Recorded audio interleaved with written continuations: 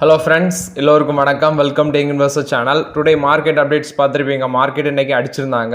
So மோரராட் Nifty 50 பார்த்தீங்கன்னா 140 points இப்போ நெகட்டிவ்ல இருக்குது. 24,150 பாயிண்ட்ஸில் இருக்குது.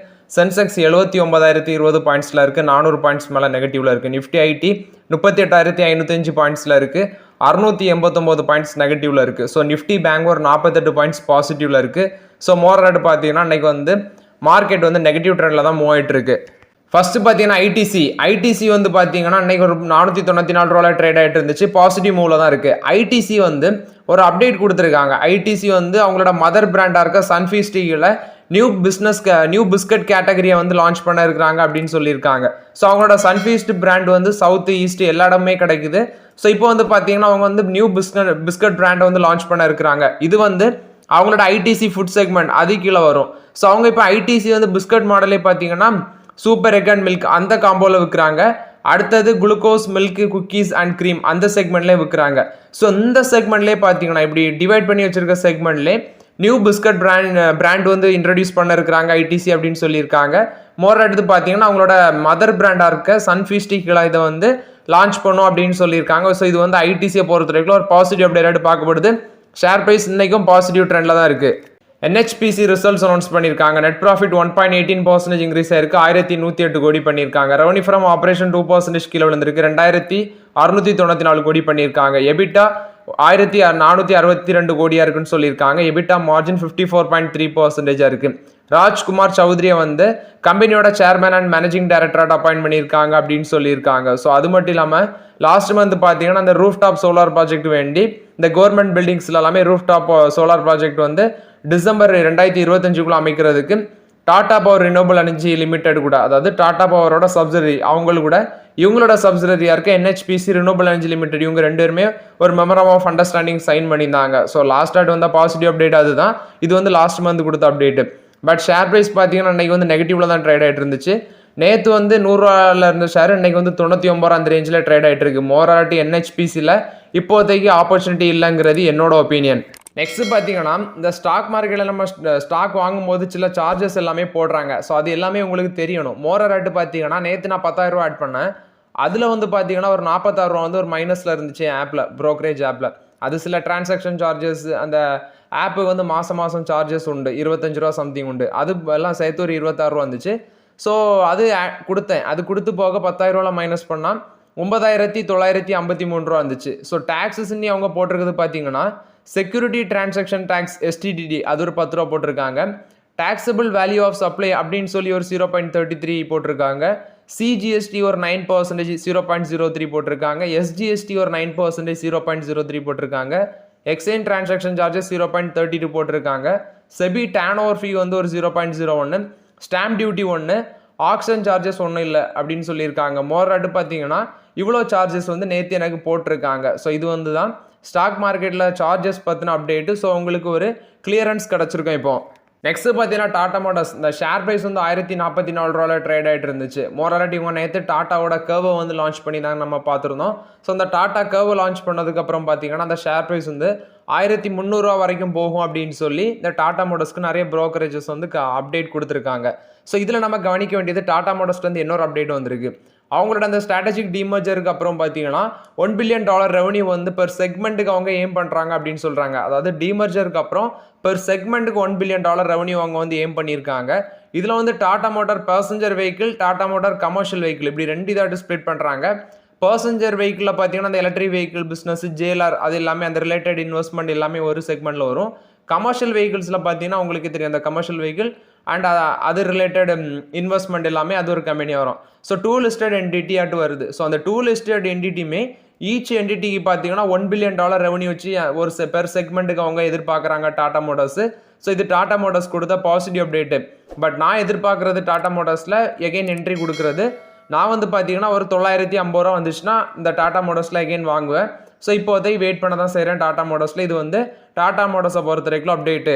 நெக்ஸ்ட் பார்த்தீங்கன்னா டாக்டர் ரெட்டி லெபார்டரிஸ் ஸ்பிளிட்டுக்கு முன்னாடி ஆப்பர்ச்சுனிட்டி வருமா அப்படின்னு சொல்லி கேட்டிருக்கீங்க. ஸோ அது நம்ம கையில் இல்லை.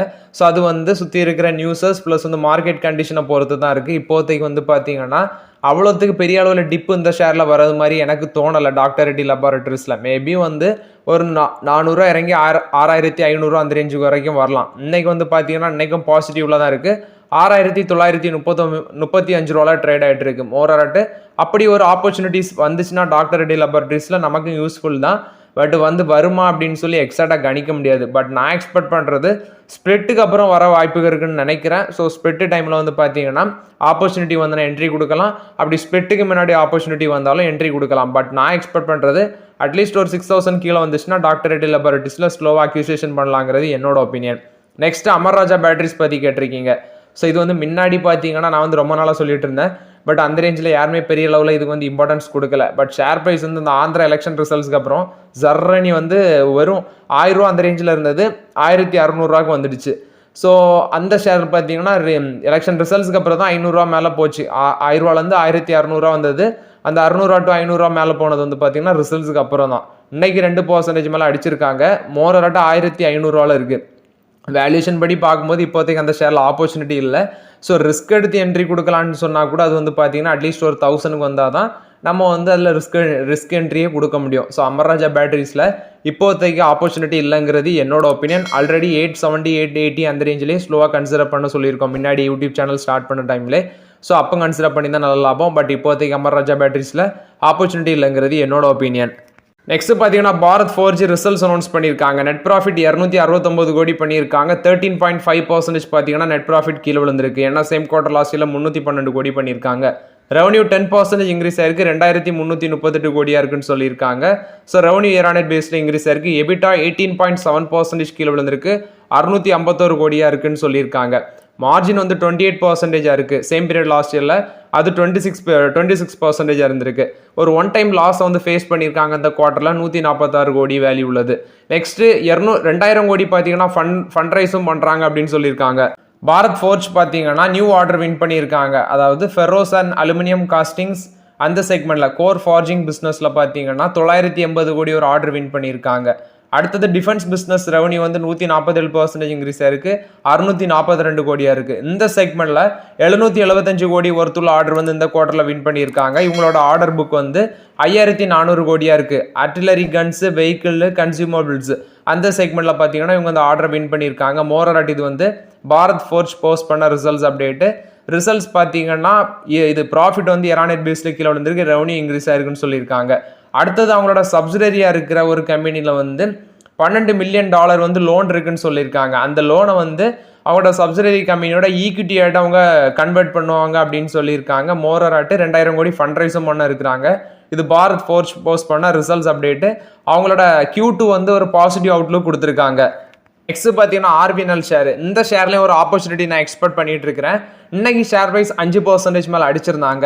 537 ரூபா அந்த ரேஞ்சில் ட்ரேட் ஆகிட்டு இருந்துச்சு ஷேர் ப்ரைஸ். ரீசன் பார்த்தீங்கன்னா ப்ராஃபிட் அனௌன்ஸ் பண்ணியிருந்தாங்க. நெட் ப்ராஃபிட் 34% கீழே விழுந்திருக்கு. 223 கோடி பண்ணியிருக்காங்க. சேம் குவார்டர் லாஸ்டில் 343 கோடி பண்ணியிருக்காங்க. ரெவன்யூ ஃப்ரம் ஆப்ரேஷன் 4073 கோடி பண்ணியிருக்காங்க. 26% கீழே விழுந்திருக்கு. 5571 கோடி பண்ணியிருக்காங்க சேம் குவார்டர் லாஸ்ட் இயரில். ஸோ அதை கம்பேர் பண்ணும்போது குறைஞ்சிருக்கு ரெவன்யூ. எபிட்டா வந்து 182 கோடியாக இருக்குன்னு சொல்லியிருக்காங்க. எபிட்டா மார்ஜின் 4.5% இருக்குது அப்படின்னு சொல்லியிருக்காங்க. ஸோ இதில் நம்ம கவனிக்க வேண்டியது இந்த ஷேர் வந்து நான் ஃபோக்கஸில் தான் வச்சிருக்கிறேன். இது ஒரு இன்ஃப்ராஸ்ட்ரக்சர் பேஸ் கம்பெனி. மோராட்டி உங்களோட ஆர்டர் புக் நல்லா இருக்குது. ஸோ இந்த குவார்ட்டரில் ரெவன்யூவும் ப்ராஃபிட்டும் கீழே விழுந்திருக்கு. 539 ரூபா. ஆக்சுவலாக நான் பார்க்கும்போது 537 ரூபாவில் ட்ரேட் ஆகிட்டு இருக்கு. 5% மேலே அடிச்சிருக்காங்க. ரீசெண்டாக நல்ல ரிட்டர்ன் கொடுத்த ஸ்டாக். ஏன்னா இந்த பட்ஜெட்டில் இந்த மாதிரிப்பட்ட செக்டாருக்கு நல்ல ஃபண்டு ஒதுக்குவாங்க அப்படின்னு சொல்லி எக்ஸ்பெக்ட் பண்ணி ஏற்றுனாங்க. பட் வந்து பெரிய அளவில் அனௌன்ஸ்மெண்ட் இல்லாததுனால அந்த ஷேர் வந்து கீழே விழுந்திருக்கு. ஸோ நான் எக்ஸ்பெக்ட் பண்ணுறது இந்த ஷேர் 400 ரூபா வரைக்கும் வர வாய்ப்புகள் இருக்குது அப்படின்னு நான் நினைக்கிறேன். ஏன்னா 400 ரூபாலேருந்தே பார்த்தீங்கன்னா ஒரு நாள் 13%, அடுத்த நாள் 13%, அப்படி டக்குன்னு ஒரு 3 டேஸில் வந்து 500 கிராஸ் ஆச்சு. அடுத்து ஒரு 640 வரைக்கும் வந்தது. இப்போ 530 வரைக்கும் வந்திருக்கு. மோரலாட்டு நான் எக்ஸ்பெக்ட் பண்ணுறது ஒரு 400 ரூபா 450 ரூபா அந்த ரேஞ்ச் வந்துச்சுன்னா ஸ்லோவாக அந்த ஷேரில் என்ட்ரி கொடுக்கலாங்கிறது என்னோட ஒப்பீனியன் ஆர்பிஎன்எல். இது ஆர்பிஎன்எல் ஷேரை பொறுத்த வரைக்கும் அப்டேட்டு.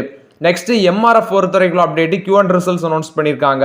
ப்ராஃபிட் 3% கீழே விழுந்திருக்குன்னு சொல்லியிருக்காங்க. 571 கோடி பண்ணியிருக்காங்க. சேம் குவார்டர் லாஸ்ட் இயரில் 589 கோடி பண்ணியிருக்காங்க. இதில் நம்ம கவனிக்க வேண்டியது குவார்டர் ஆன் குவார்டர் பேஸில் கம்பேர் பண்ணி பார்த்தீங்கன்னா, அதாவது முந்தின குவார்ட்டரில் வந்து அவங்க வந்து 396 கோடி ப்ராஃபிட் பண்ணியிருக்காங்க. ஸோ குவார்டர் ஆன் குவார்டர் பேஸில் பார்க்கும்போது 44% இன்க்ரீஸ் ஆயிருக்கு. ரெவன்யூவும் பார்த்தீங்கன்னா 13% குவார்டர் ஆன் குவார்டர் பேஸில் இன்க்ரீஸ் ஆயிருக்கு.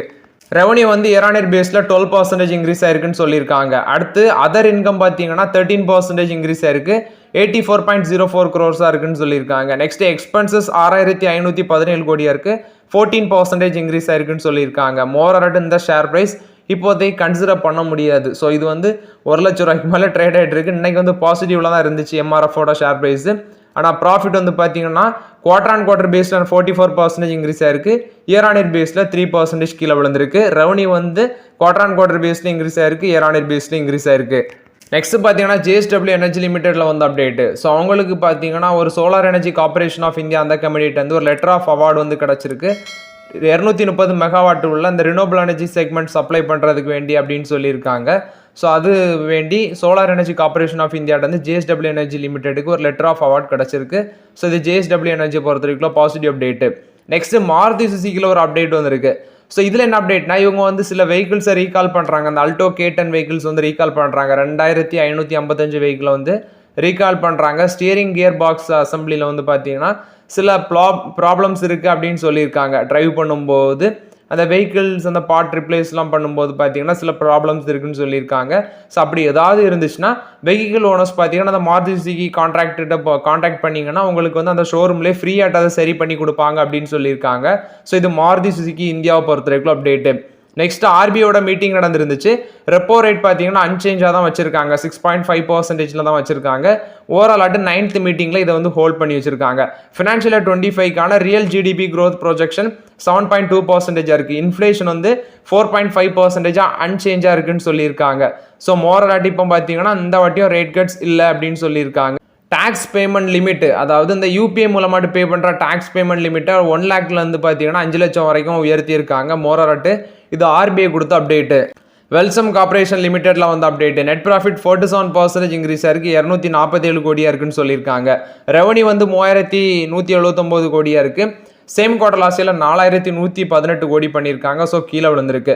நெக்ஸ்ட் எக்ஸ்பென்சஸை ரெடியூஸ் பண்ணியிருக்காங்க. 2914 கோடியா இருக்கு. சேம் குவார்டர் லாஸ்ட் இயர்ல 3878 கோடியா இருக்குன்னு சொல்லியிருக்காங்க. அவங்களோட ஹோலி ஒன் சப்சிடரியா இருக்கிற சின்டெக்ஸ் BAPL அந்த கம்பெனி வந்து 100% ஸ்டேக் வந்து அக்யூர் பண்ண இருக்கிறாங்க அப்படின்னு சொல்லியிருக்காங்க. மோர் எடுத்து பார்த்தீங்கன்னா வெல்சம் கார்பரேஷன் லிமிடெட் போஸ்ட் பண்ண ரிசல்ட்ஸ் அப்டேட்டு.